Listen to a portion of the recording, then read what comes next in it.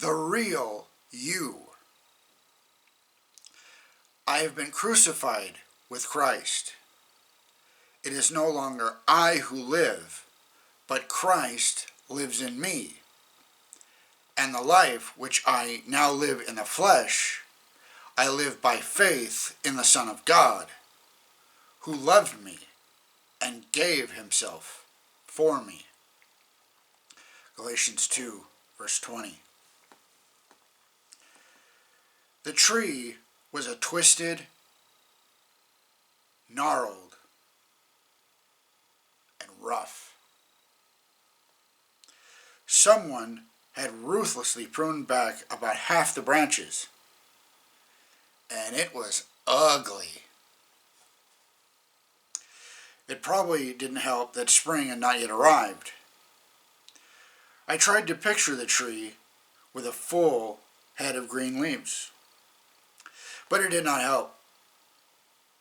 I was about to move on when I suddenly noticed that the side of the trunk had been split open, exposing evidence of a much younger tree than had been encased deep inside the coarse exterior over time. Was it an absorbed twin, or the younger heart of the same tree? That's a lot like me, I thought. I've been forced to confront my sinful self enough times to know the truth. There is little about my fallen nature that would recommend me to God. But somewhere, deep under my weathered exterior, lies a remnant of what the human race used to be.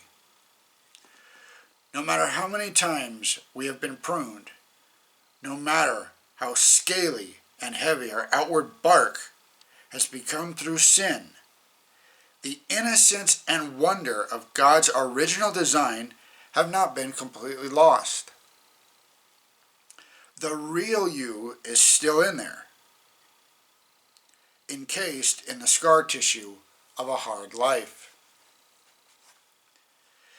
Nearly every man or woman with a rough exterior was once a starry-eyed, idealistic child, convinced that life would be generous and kind. As the years progress, layer after crusty layer builds up over our dreams, snuffing them out slowly. Eventually, our shells become twisted, gnarled, and rough. That is what sin does to us.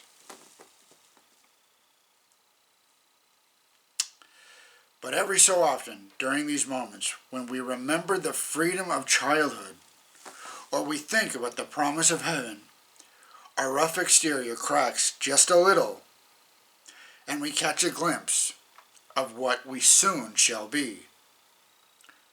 The real you. The one God hopes for is still there. And the more you place yourselves in the hands of the high priest, the more you will see that person begin to emerge. Each day, a little more of the bark is peeled away, until the day when Jesus returns, and all of it will be removed forever. At that moment, you will resume the dreams God planted in your heart when he first designed the human race. Truth be told, you have not yet begun to live.